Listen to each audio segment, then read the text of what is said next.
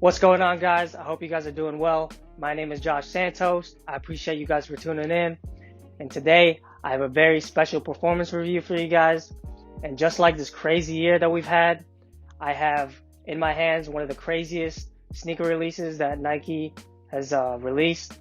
And in my hands, I got the Kybrid S2s. Now, this shoe is freaking crazy. As you guys can see, it's a mashup of a bunch of Kyrie's colorways. And this is the second iteration of the Kybrid line. The first Kybrids combined the Kyrie 1, 2, and 3. And this one combines the Kyrie 4, 5, and 6s. And this particular colorway released October 30th.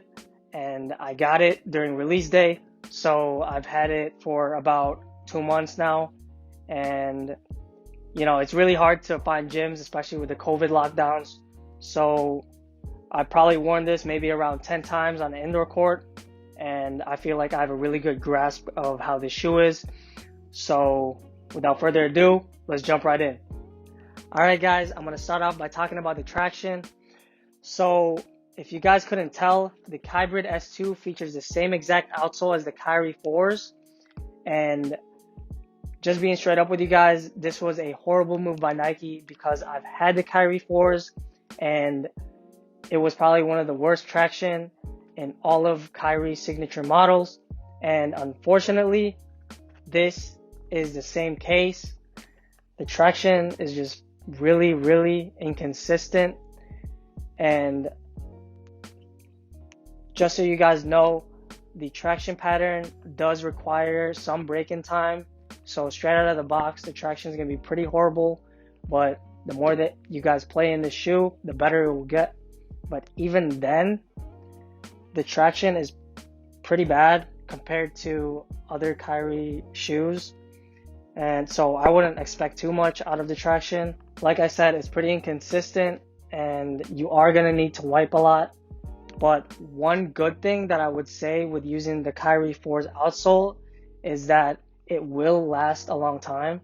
So you could potentially use these outdoors and it wouldn't cause a lot of damage. So the traction isn't too bad. It's just really inconsistent. So you guys are going to need to wipe a lot if you do decide to pick up this shoe. Alright, so moving on to materials. Really nothing too special to talk about here. It's mostly made out of textile and you do have some synthetic leather overlay in the toe drag area for the extra durability. It's pretty lightweight. Other than that, again, nothing too special here. It gets the job done. So as far as cushion goes, the Kybrid S2 features the same exact cushion setup as the Kyrie 4s. And what this means is that you're going to get full-length Cushlon and also a Zoom Air unit in the heel. And I'm going to try to give you guys a close-up of the Zoom Air unit. And what I really don't get is why Nike would put Zoom in the heel but nothing in the forefoot. It makes no sense to me because I feel like a majority of hoopers play a lot more on their forefoot than in the heel. But besides that fact, you're going to get really good impact protection in the heel. And this cushioning setup is a good mix of both court feel and cushioning. But one major improvement that Nike could have made with the Kybrid S2s is that they could have used the cushion setup in the Kyrie 5s and the 6s. As you guys know, that's where they put the Zoom Turbo in the forefoot. And if they just put the Zoom Turbos in the shoe, this would have made the shoe so much more amazing. But, you know, Nike, you could have done better. Moving on to the support and lockdown, just like with all of Kyrie's past models, you're going to have no problems whatsoever with the support and lockdown, especially since Nike decided to use the Flytrap model that they use with the Kyrie 5s. This is really going to help with keeping your feet secure and locked into the footbed. So support and lockdown on this Kyrie model is freaking amazing. You're going to have no problems whatsoever, no heel slippages, lockdown, A1. Alright, so as far as fit goes, it's always best to try it on in stores but I know with COVID and for safety reasons, it's not always possible, and that's why I'm here. So this shoe does run a bit snug, so I would recommend to go a half size up. If you go true to size, it's going to be too tight for you, I guarantee it.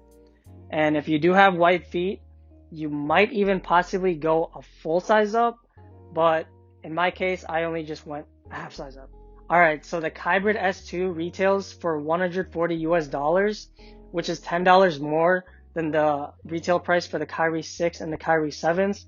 I'm guessing this is due to the fact that they combined 3 different Kyrie models, but it's definitely lacking in terms of value because the Kyrie 6 and the Kyrie 7s have better tech at a lower price.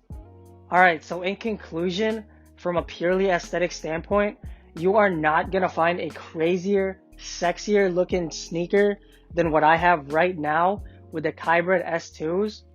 And just like 2020, it could have been so much better. You know, with the traction being so inconsistent and with the cushioning setup being so lackluster. I don't know if you guys could tell, but the common theme here is that the Kyrie 4's traction and the Kyrie 4's cushioning setup was the reason why this shoe doesn't live up to its potential. You know, if Nike just used the traction pattern from the Kyrie 5 or 6s and the cushioning setup from the Kyrie 5 and 6s with a Zoom Turbo in the forefoot, this shoe would have been so much better. Like, it would have been a perfect shoe, to be honest. You got the looks, you got the cushioning setup, and you got the traction. You know, lockdown and support was good.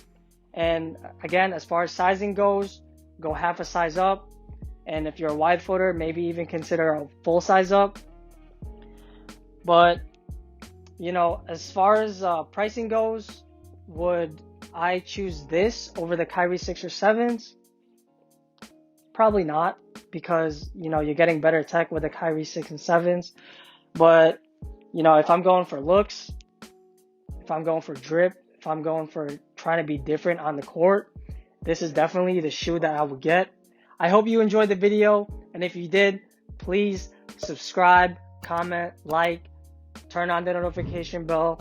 You know, my main goal with making these shoe reviews is to really help you guys out on deciding whether you're gonna get the shoe or not by giving you my real experience with the shoes.